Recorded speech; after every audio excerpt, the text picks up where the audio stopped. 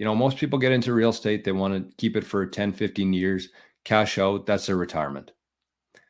Decent strategy. But if you look at all this stuff in behind the scenes there and how much our money supply is increasing, how much our debt is increasing, might not be that great.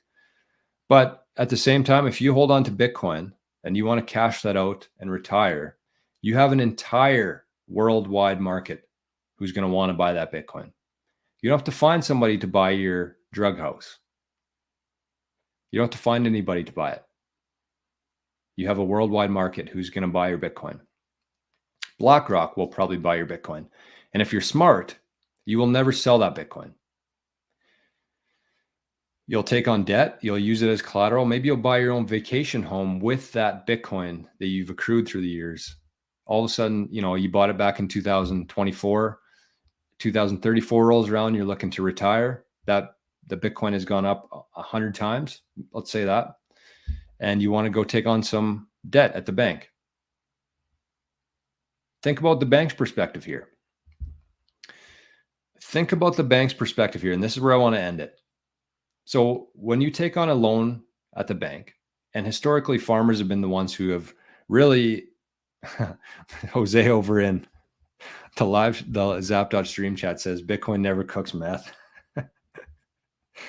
I mean, it's funny, but it's really not funny. We're in a very sad spot right now in the world, and cities are getting worse and worse. So Nick said he used to pay $1,200 per year in property taxes in Calgary. Now he's at almost $3,000. That's significant for when you're trying to live, for one, but when you're trying to make money off of a rental house, that is significant. That's double, triple almost. I doubt that you can increase your rents by triple. So this is where I want to leave it. This is where I want to leave it because this is important.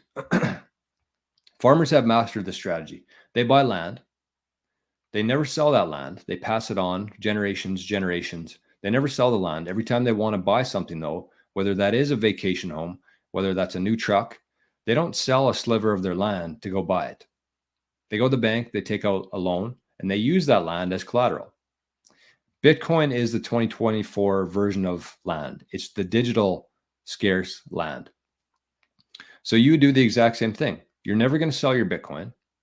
And because of that, the reason why I think that banks will actually be very friendly to Bitcoin lending is because from their perspective, when banks lend you money, they assess your risk. Are you going to be able to pay off the debt one day? Are you going to be able to make your payments on a monthly basis? If not, what do? They come and take your land. If you can't pay your loan payments, they come and take your land.